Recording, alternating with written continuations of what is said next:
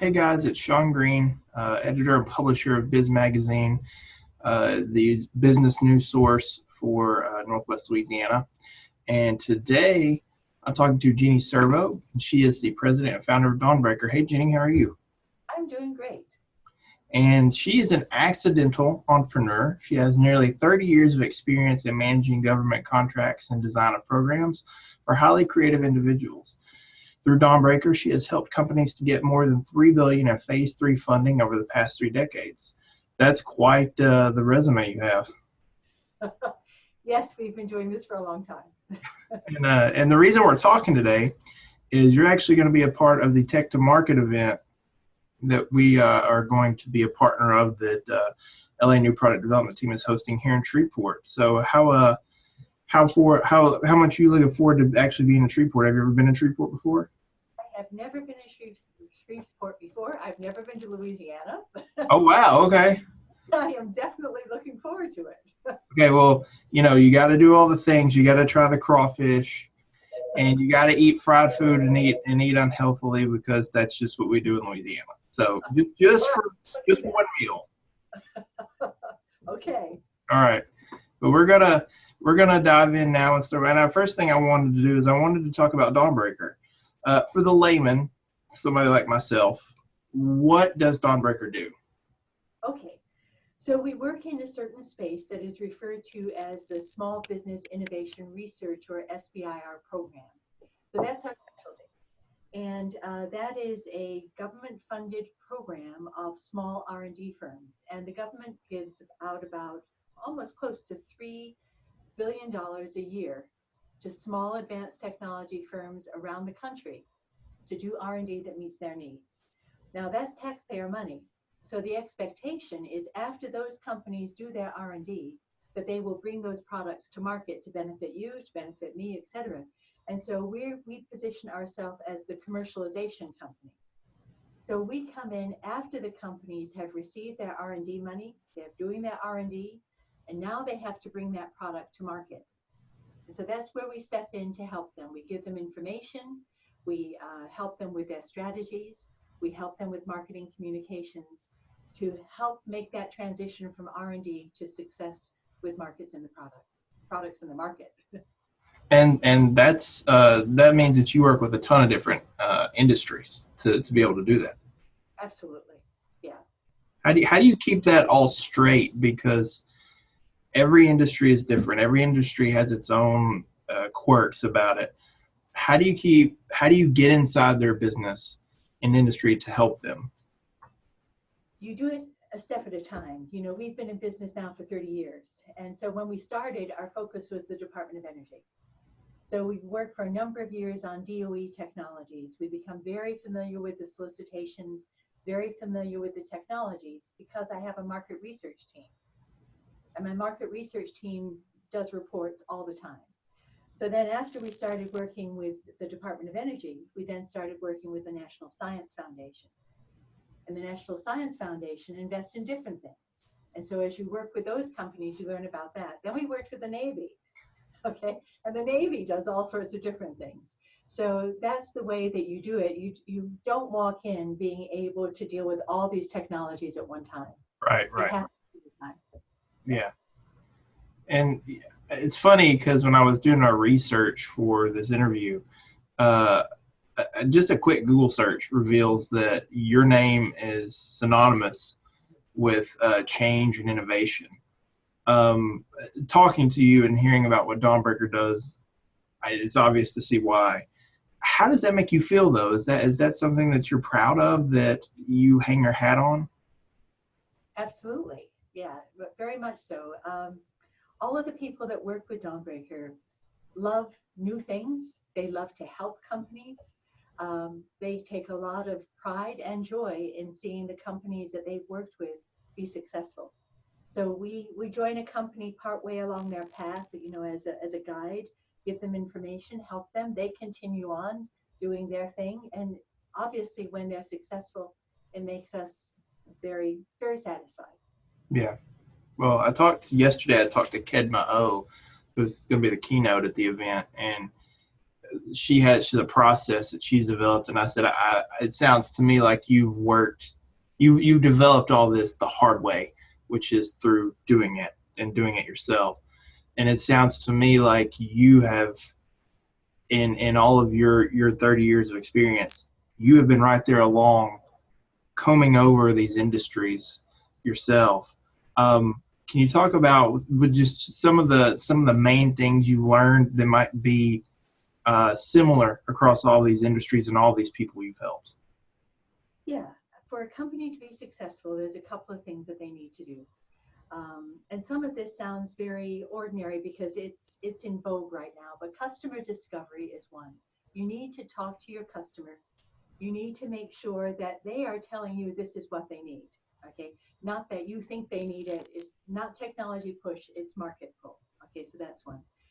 The other thing is that the entrepreneurs who are usually from a tech background have to make time for commercialization. And that's really very hard because they don't have enough staff, so they have to somehow find time to do that. And so we've just written an article in a magazine that we put out called Phase 3 Mini Mag on just that topic. How do you know if you're doing enough to be successful in commercialization? To be successful, you always have to be looking for money. At the beginning, you're looking for government money. But when you finish the R&D, you've got to look for other types of money. And you have to reinvest in yourself. Okay, and so those are just a few of the lessons learned, if you will. Yeah.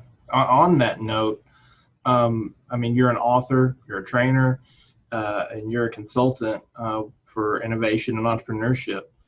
A lot of those types of people are going to be watching this or hearing it. What's one bit of advice that you've learned that you can share with any startups who are watching or listening to this right now? Any startup. Okay. Well, I'll phrase it a little differently. I'll deal with a startup that is going after SBIR funding. Okay. Okay, because that's really where we come in. You can apply for an SBIR award as one person. You don't have to have the company formed at the time you submit the application. You do at the time of award. Okay. Writing a proposal will take a lot more time than people think. And to be successful with writing the proposal, they need to set aside time over about a 12-week period. And I don't mean that it's going to take 12 weeks of full-time effort, but a little bit at a time over a 12-week period, they need to be addressing these different things to be successful. And they need to think about, what does the agency want and what do I as a small business want? There has to be synergy between the two. It's not all about just what you need. This program's not there just to give you money to do whatever you want. Right. It's there to give money to companies that can help meet the agency's mission as well. Okay, so it's that synergy that's important. So don't be afraid to try. Look for service providers in your area or anywhere in the country that can help. There's a very big infrastructure that can help companies when they're starting up, whether it's a small business development center or a procurement technical assistance center, or economic development organizations within the state, or federal programs such as ours. But look for help, realize it's going to take time. You learn, okay, not a large percentage win SBIR awards. It's usually between 15 and 20% of those that write proposals win. And people get very discouraged, but you're learning a new art. You're learning how to write proposals to secure money that you don't have to pay back. You don't have to give up equity. It's a wonderful form of financing for an R&D startup. Yeah, sounds to me like it's very worth the investment and the risk, if you will, of losing that time to invest and find out, because like you said, you are learning a new skill. Absolutely. So you're going to be in Shreveport, like we talked about, for Protect the Market. What can people expect to learn from your presentation? Good question. Obviously, oil and gas is a big industry in Louisiana. And when I was talking with Nika, she would mention that a lot of the companies are manufacturing companies or service providers of different types. And that, so the question is, what advantage would a manufacturing firm have if they approach the SBIR program? And there's a number of them that they will have. So I'll talk about the advantages that a manufacturing firm has, or an engineering services firm will have when they come to the SBIR program. I'll also talk about some of the things that are going to be a bit of a weakness and where they need to seek support. Because there are a lot of advantages coming to this program from being an existing firm that's manufacturing or providing consulting services in the oil and gas industry already. Okay. So now let's look outside the event. If somebody wants to engage with you or find out more, what are some resources that you have, either social media or web or open contact, that people can reach out to you and Dawnbreaker? Good question. So definitely go to our website. Okay, on our website, it will talk about the services that we provide. And the services are market research, business strategy, marketing communication, help with proposal preparation. What I first tell people is see if there's a program that we're offering that the government has paid for that enables us to provide a service at no charge. So for example, right now, the Department of Energy is funding a program that we're doing for them. It's called the Phase Zero program. And it's for companies that have never submitted a proposal before to the Department of Energy.